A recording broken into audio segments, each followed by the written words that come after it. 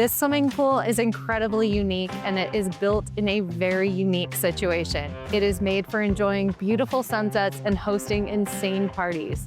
So on today's episode, we're gonna be talking about what it takes to build a swimming pool like this in a location like this and end up with an insanely amazing result. So on today's episode, all about the swimming pool. Let's get going. Altitude Adjustment, a Build Original series, is brought to you by Builders FirstSource, Delta Millworks, Huber Engineered Woods, Hella, and Sharkbite. If you have spent any time on a job site, you are probably familiar with the Sharkbite plumbing fittings that make connections incredibly easy, or the hold right accessories that help keep our jobs really organized. What you may not know is that these two parts and two companies are part of a bigger family, which is called RWC. They provide plumbing products that will get you from start to finish, from the meter all the way through to the plumbing fixture. This company has been around for an extremely long time and has created products for plumbing that make the installs very quick and also make our jobs feel incredibly organized, whether that be from plumbing fixtures that you see inside the house or even exterior snow melt.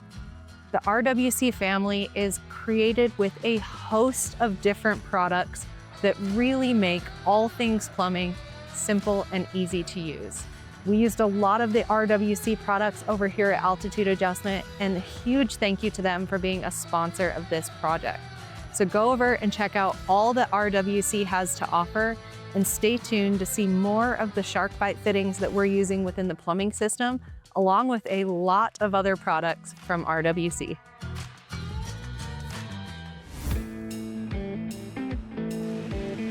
All right, there are so many things to take into consideration when you are building a swimming pool in a location like this. So first, the biggest challenge is going to be where we're at and where we're building it.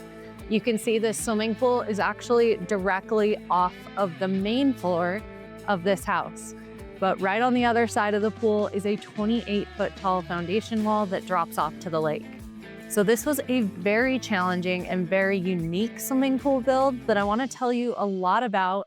In this case, we've actually gotten to where we just finished all of our gunite, and the pool's going to sit like this through the winter until we get to spring next year. At that point, we will come through and do all the tile and plaster. But for right now, we've built our entire shell and have it ready to just sit and wait for the rest of the steps. So let's talk a little bit about it.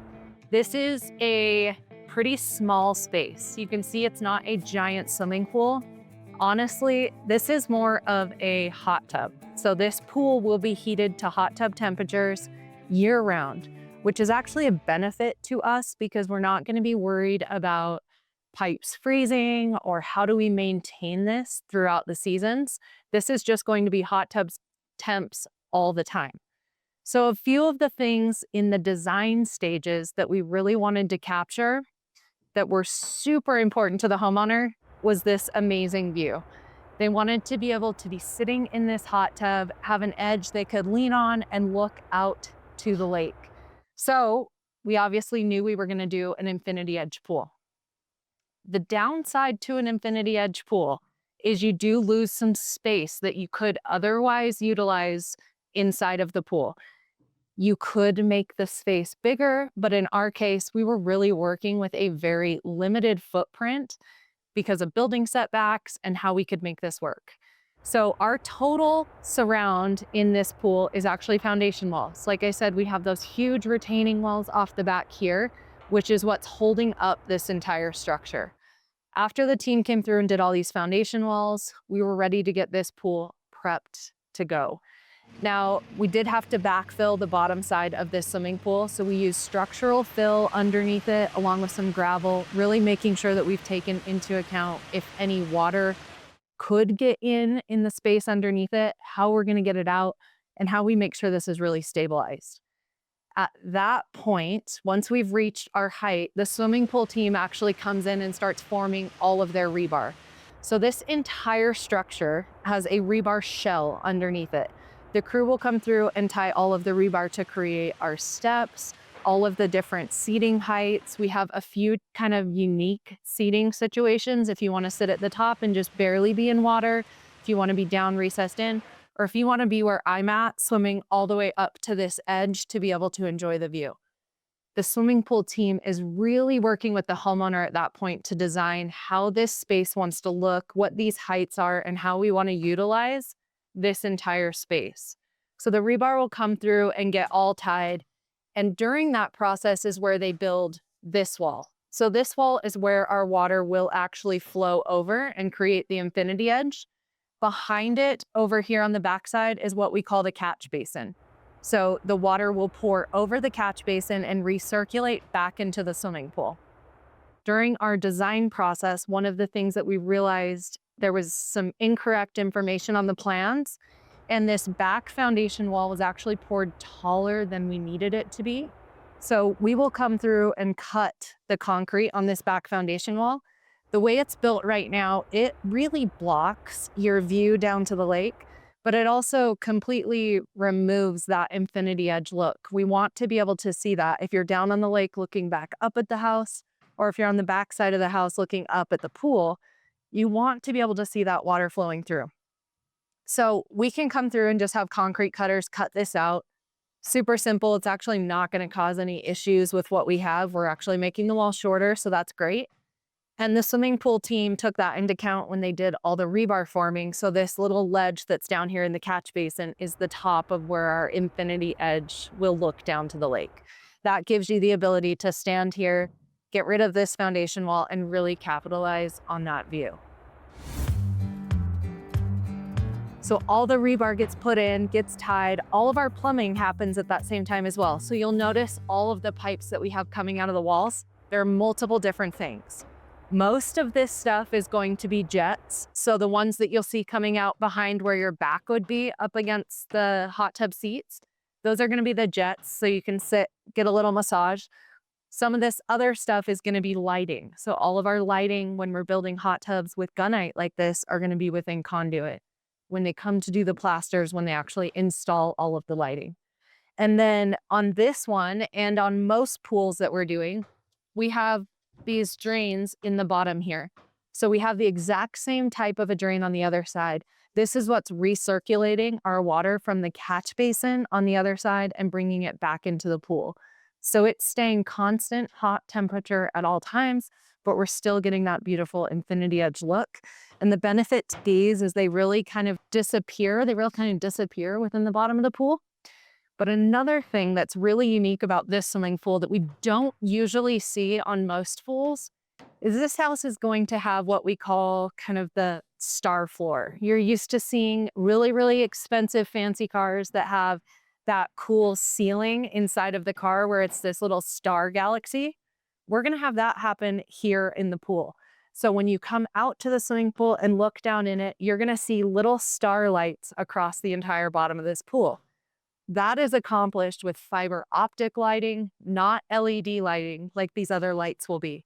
That actually gets installed within the plaster finish. So come springtime next year, the pool company is actually going to come out here and install all of our tile that'll be around our coping.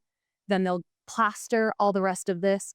All of that fiber optic cable gets put within the plaster.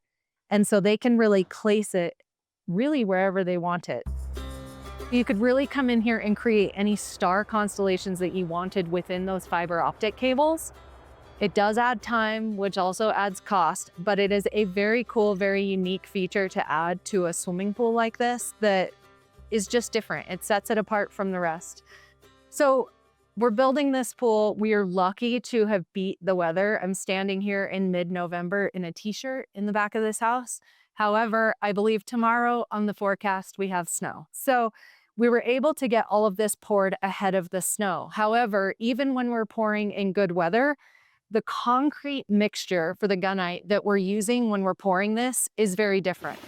There's some additives that are included into it. We have some fiber that is put into the concrete mix. And then once they come through and shoot all of this gunite into the pool, the crew actually comes through with levels and different concrete tools to be able to shape and get everything perfectly level or everything perfectly shaped to exactly what we're looking for. So this is really an art form. It takes them a lot of time and just a lot of attention to detail to make sure all of this stuff is really crisp and clean and perfect. So there is a lot that goes into this. We do prefer to use gunite when we're building swimming pools here in Utah. We go through pretty extreme freeze thaw cycles. And some of the other types of pools that you'll see in other areas in the country, like the liner pools, they just don't tend to do well here, especially when we're talking about it just with a very drastic weather swing on this type of a house. So gunite is the way to go in this case. And the cool thing about that is we've got it gunited, we're ready to go. And this pool can sit just like this throughout the winter. And come spring next year, when the house is done, we can come through and finish this. So we've talked a little bit about how this is built.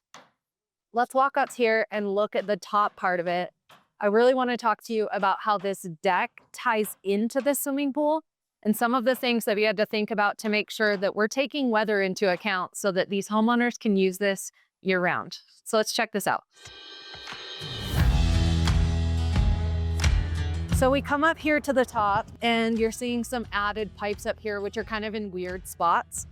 These are deck jets. So another one of those things that we're adding to the build to make it cool, to make this a fun party space. So we'll have deck jets on all four corners that will shoot water up and into the pool. There's really no purpose to these other than a really cool aesthetic. We also have some additional lighting. We've incorporated some umbrella mounts into the outside coping edge. So the homeowners could really drop an umbrella into these sleeves and be able to have some shade on this in summertime. And these are all little pieces that you have to make sure you're thinking about before it gets to this stage so that we have them incorporated into the structure itself. Now, when you come out of this main floor and down here to the outdoor kind of pool deck area, there's not a lot of space and it's not covered. So two things that we've done over here. Underneath this B decking that you're seeing, there's actually a pool equipment room where all of our heaters and equipment are stored for the swimming pool. We'll walk down and check that out here in just a bit. But getting out here to the pool in the winter, when we've had multiple feet of snow, we'll want to make sure the homeowners aren't having to do work and shovel a bunch of snow to just get in the hot tub. So all of this area out here will actually get radiant heat tubing. Now, when we're doing a radiant heat system on the outside of a house, especially in a weather situation like we have here, this is a glycol system, not a hot water system. So that makes sure that that doesn't freeze, keeps it really durable, and it's got a moisture sensor. So it'll turn on and off on its own, doesn't run all the time. It's really energy efficient. And this system will get embedded inside of a sand bed that goes underneath our pavers.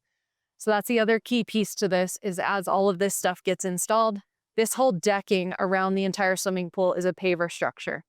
Those pavers will continue and we'll have a paver hoping over the hot tub. So we have a really seamless transition right to the water.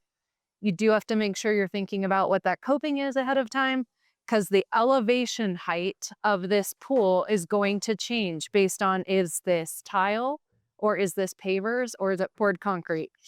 So all those little details, that's when you get yourself a really fantastic pool contractor that understands the complexity of a custom pool.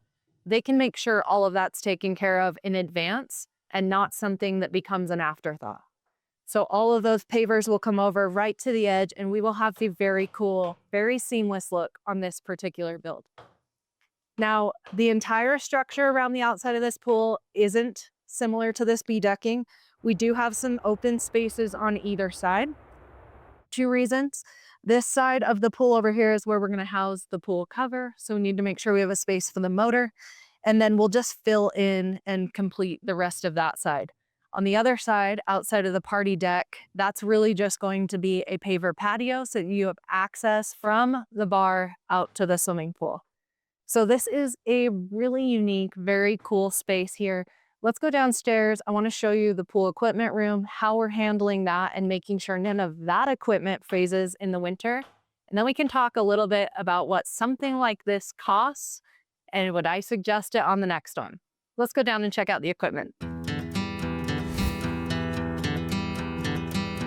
So we're down here underneath that B decking that we were just talking about above. So let's just point out a few things with that while we're in here.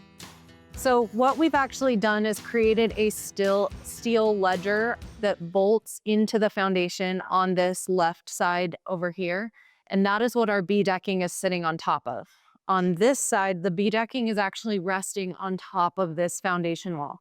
So we get that set down and attached and pour and form over the top of that. So you'll notice in that previous clip, all of the rebar that's been tied over the top of the B decking. There's a little concrete slab that'll get poured over the top of that before our radiant heat and all of our pavers go on top of it there. But down here, underneath it, we're in the pool equipment room, and there's a few different things. So this wall is temporary. We put walls like this up before we pour the B decking above. It just kind of gives some strength and structure to this B decking while that concrete is curing. So once that concrete is cured, this wall will actually get taken down and just taken out of the space. And then we will come through and frame walls and completely finish this space just like we would the interior of the house. So our swimming pool bottom in the pool that we were just in is about right here. So on the other side of this wall from here up is pool. From here down is backfill. So we filled that entire space, compacting it, making sure we had a really sturdy surface. The other thing that we talked about is waterproofing. So we waterproofed the entire inside shell of that foundation wall structure before we backfilled. So the other side of this foundation wall has waterproofing on it, which protects any moisture from transferring in and out in the event that something does happen and water leaks in below the pool. This space is protected.